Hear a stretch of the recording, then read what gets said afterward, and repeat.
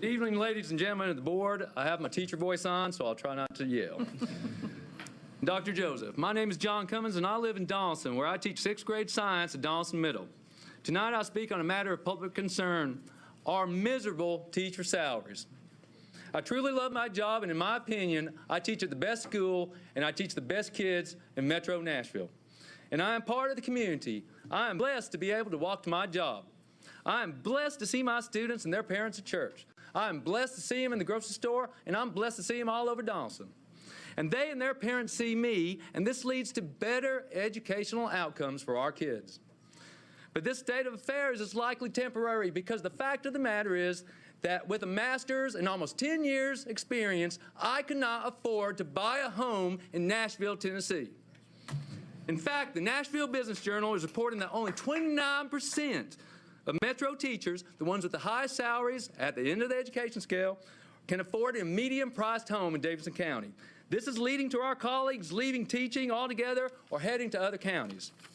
And those higher-paying districts are right outside our county lines. Rutherford County is a prime example. I could have gone there this year for a $5,000 sign-on bonus and a higher base salary for teaching 6th grade math. And our teachers are doing this because of our miserable salaries. And now against other state districts, Metro salaries have hit a new low. Not only are we paid much less than Memphis, we are now paid less than teachers in Alcoa and Johnson City and Athens, Tennessee. These are Tennessee Department of Education figures, and this should embarrass any Nashvilleian with an ounce of civic pride. It is simply shameful that our teachers make less than they do in Lenore City, Tennessee. And because of this, ladies and gentlemen, almost every male teacher at Donaldson Middle Prep has to work a second job during the school year. It's almost the same for female teachers. When Nashville teachers are driving Uber, working at the airport, Measurement Inc., working at the malls on weekends, every side hustle we can do to make a little extra money. Is there any doubt that working 2 jobs doesn't wear a person down? Doesn't make them a less effective teacher in the classroom? Having a second job should not be a prerequisite for teaching in Metro Nashville schools.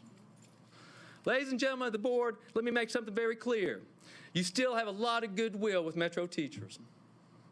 On one hand, we're excited about the future, but you likely do not grasp the anger and the low morale of Metro teachers right now. We know that the mayor has promised an 8% pay raise over 3 years to every other municipal employee.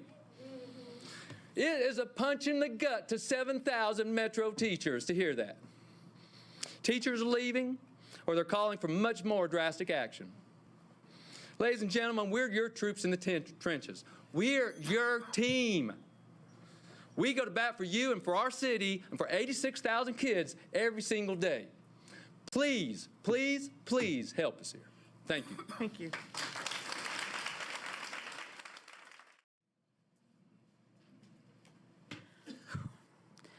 Good evening, ladies and gentlemen of the board and Dr. Joseph. My name is Amanda Kale, and I'm here tonight to talk about a matter of public concern. Specifically, I'm here to talk about teacher salaries. I know that figuring out all the details of a system as large and complex as ours is a tremendous amount of work. I don't envy the kinds of decisions you have to make. Thank you for your hard work. However, I do have a major concern about the budget. It's this. If teacher retention is one of the biggest challenges facing our district today, why doesn't our budget address that challenge? So many teachers, myself included, were disheartened to learn that teacher raises would only be 2%. Considering how many years teacher wages have been frozen, this is really just a cost of living increase for the cost of living several years ago. And cost of living in Nashville has skyrocketed in that time. I understand that Mayor Berry did not give us the full amount we requested, but I still think it is possible to find the money. In that vein, here are some things I have found in the April 11 operating budget that are being funded at this time. For example, line item partner strategic initiatives project management, a half-time position makes $50,500. Part-time 0.5 coordinator credit recovery makes $53,600. A 0.5 position executive officer leadership development makes $94,800. 2 data fellowships are slated to receive $187,200. In the district document about the budget entitled Raising the Bar for All Students, I found $1.2 million for assessment tools. In another MNPS document, Investing in People, there is $226,000 for Gallup polls and employees surveys. A few weeks ago, I was interviewed by Channel 2 for my opinion as a teacher on the budget. I will repeat what I said then. The number one thing I need as a teacher to make my students succeed is to have other teachers in the classrooms around me. And I need those teachers to stay.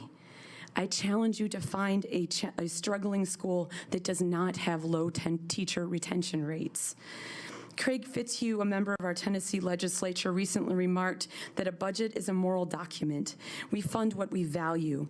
It's time to show how much we value the men and women who are doing the work to make MNPS exceed great expectations. Please, let's find a way to fund 3% teacher raises this year. Thank you. Thank you.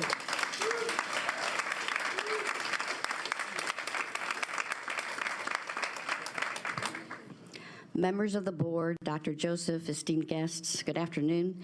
I am speaking on a matter of public concern, salaries of both teachers in general and school psychologists in particular. May is Show Your Love for Teachers Month. Nothing would make teachers feel more loved than enough money to live in a city with a ballooning cost of living. Nothing would make us feel more loved than attracting the best professionals to Metro.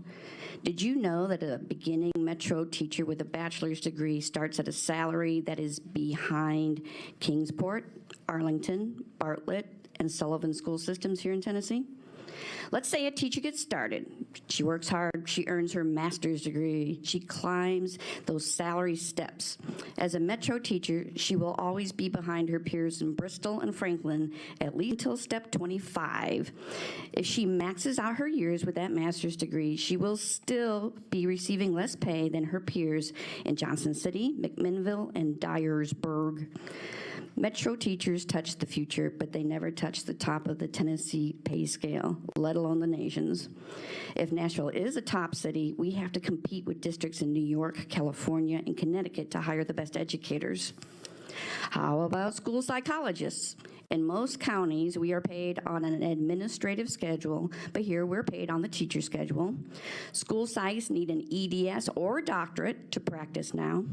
Currently, we have about 70 professionals in our department.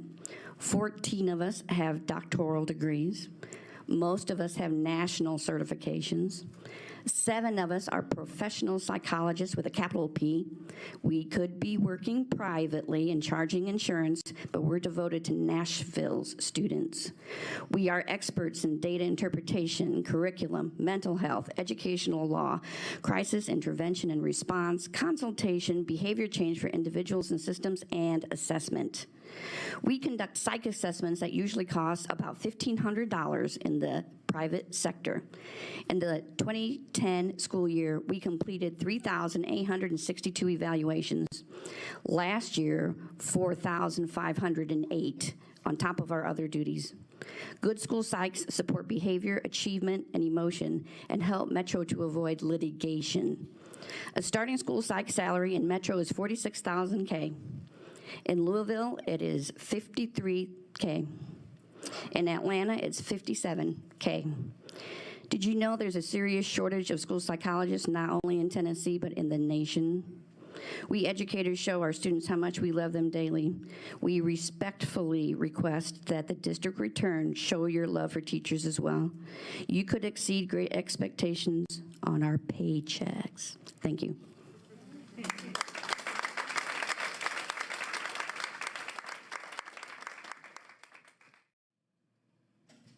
Good evening. I'm Dr. Eric Huth, President of the Metropolitan Nashville Education Association. I'm here this evening to talk to you about teacher retention. Retaining teachers or any employees is more than just making sure that they have a good or livable wage.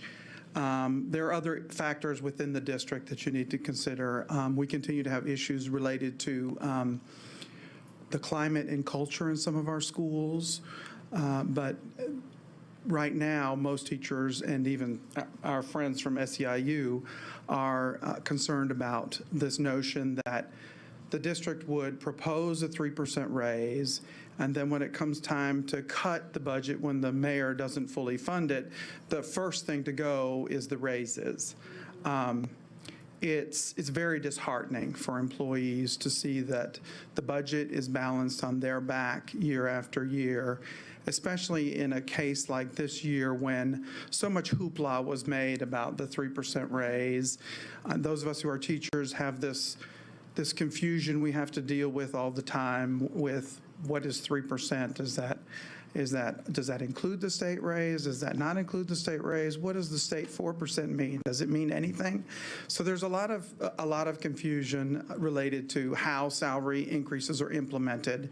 And we do know that there were monies in the past that were diverted from raises intended for employees in order to give bonuses to certain groups of employees who were not who didn't work with children directly.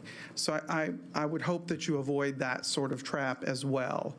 But our teachers are out there, they're working hard every day, and we need to address not only the monetary issue, but also the working conditions within the school. I encourage you to get your eraser and your pencil back out and recalculate that budget and add in the 2% raise for all employees, both teachers and my colleagues from SEIU. Thank you very much. Thank you.